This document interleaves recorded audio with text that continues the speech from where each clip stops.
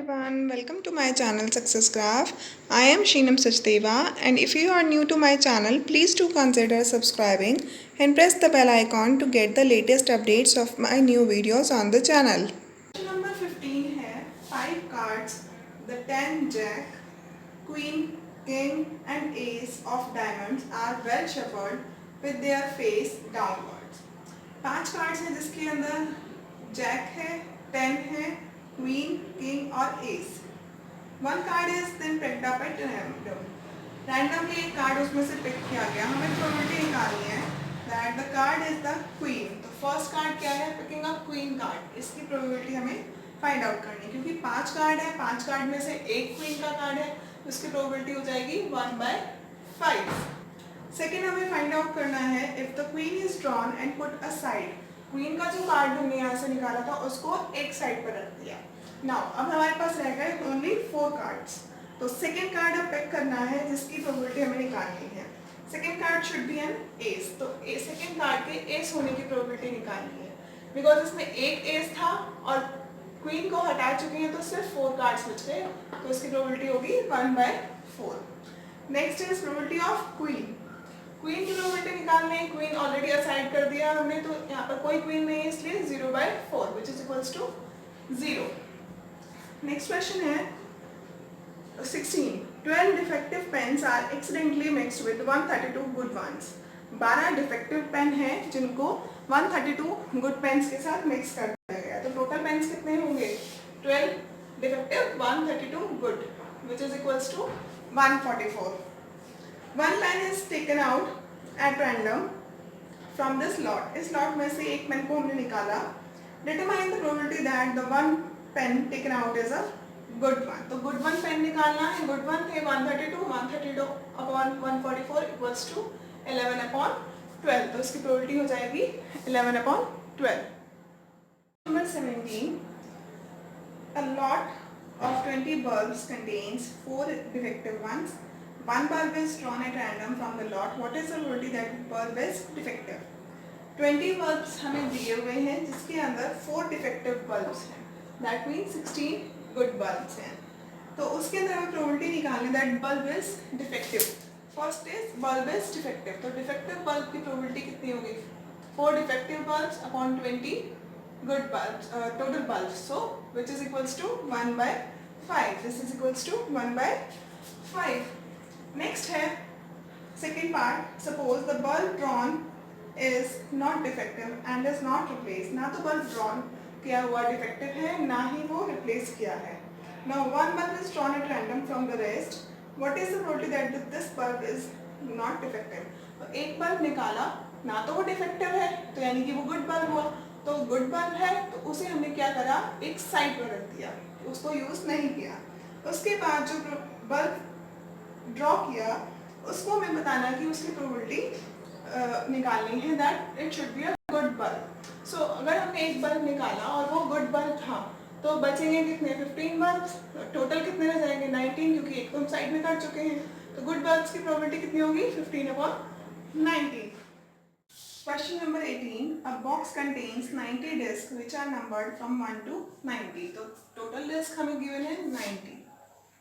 If one disc is drawn at random from the box, find the probability that it bears a 2-digit number. First part है इसका 2-digit number हमें निकालना. तो 2-digit number कौन कौन से होंगे? 2-digit number स्टार्ट होंगे 10 से. तो 10, 11, 12, 13 से लेकर के 90 तक which are 81 numbers. तो टोटल numbers हो गए 81 numbers. प्रोबेबिलिटी निकालनी 2-digit number की तो वो होगी 81/90. Number of favorable outcome upon number of total outcome which is equals to 9/10. Next we have to find probability of a perfect square number. Perfect square numbers are 1, 4, 9, 25, 36, 49, 64 and 81 between 1 to 90. So यहाँ से जो perfect square number आ रहे हैं वो आ रहे हैं 9. तो perfect square number की probability कितनी होगी? 9/90 which is equals to 1/10. Next is a number divisible by 5. Number divisible by 5 निकालना है. Let E3 be the event in which number divisible by 5. तो number होंगे 5, 10, 15, 20, 25, 30, 35, 40, 45, 50, 55, 60, 65, 70, 75, 80, 85 and 90. and these are total 18 numbers. So number of E3 event is 18. Probability of getting event E3 is 18 by 90, which is equals to 1 by 5. Game consists of tossing a 1 rupee coin 3 times and nothing gets outcome each time. Hanif wins if all the tosses give the same result, that is 3 heads or 3 tails, and loses otherwise. तो अगर तीन हमारे पास एक coin है जिसको हमने 3 times toss किया है, 3 टाइम्स टॉस करने पर हमारे पास जो टोटल आउटकम आएंगे वो होंगे एच एच एच, यानी फर्स्ट टाइम भी हेड, सेकेंड टाइम भी हेड, थर्ड टाइम भी हेड। इस तरह से हम आउटकम्स निकालेंगे। आउटकम्स आएंगे यहाँ पर 8, बिकॉज कॉइन में 2 ही पॉसिबिलिटी होती है, हेड या टेल आने की, और कितने बार टॉस करना है उसको 3 टाइम्स, तो 2 cube which is equals to 8। So इसके 8 टोटल आउटकम्स होंगे।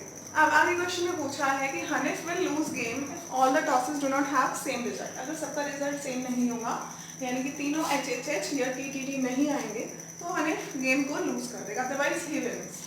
सो यहाँ पर जो जो नंबर्स नहीं है वो है, हमने इन दोनों को छोड़कर एक दूसरा सेट बनाया जिसमें बाकी सारे नंबर्स हैं। तो ये है 1 2 3 4 5 6। तो if Honey will lose the game then required probability is 6 by 8 which is equals to 3 by 4. Question number 24. A die is thrown twice. What is the probability that 5 will not come up either time? 5 एक भी बार आना चाहिए, नहीं आना चाहिए, and second 5 will come up at least once. 5 at least एक बार तो आना ही चाहिए। यहाँ पर एक बोला है कि जो डाई है उसको हम 2 बार फेंक रहे हैं। 2 बार फेंकने का मतलब है throwing a die twice and throwing 2 dice simultaneously are treated as the same experiment. तो दोनों को हम एक ही चीज़ मान करके चलेंगे और उससे सॉल्व करेंगे। सो नाउ क्योंकि यहाँ पर बोला है हमारे पास 2 डाइस हैं, तो टोटल नंबर कितने होंगे 6 स्क्वायर। एक डाइस में 6 नंबर होते हैं, 2 बार इसको रोल करना है, तो 6 स्क्वायर इक्वल्स टू 36। यहाँ पर फर्स्ट कंडीशन बोली है कि हमें 5 जो है वो नहीं आना चाहिए, 5 will not come up either time. तो सबसे पहले हम 5 के आने के चांसेस को निकालते हैं। तो 5 कितनी बार आ सकता है, 1 5 2 5 3 5 4 5 5 5 6 5 5 1 5 2 5 3 5 4 5 5 क्योंकि हम लिख चुके हैं तो दोबारा रिपीट नहीं करेंगे, 5 6। तो ये है टोटल नंबर ऑफ केसेस यहाँ पर आ रहे हैं 11। तो फर्स्ट पार्ट बोला है क्योंकि 5 will not come up either time, तो हमने इवेंट ई ले लिया जिसमें 5 will not come up either time. तो 5 आ रहा है, 11 टाइम्स आ रहा है, तो अगर 36 में से 11 को माइनस करेंगे विल गेट 25 विच इज जब ऐसे टाइम्स जितने में 5 नहीं आएगा। So probability of getting 5 will not come up either time is 25 by 36, and in second case 5 will come up at least once, so probability is 11 by 36.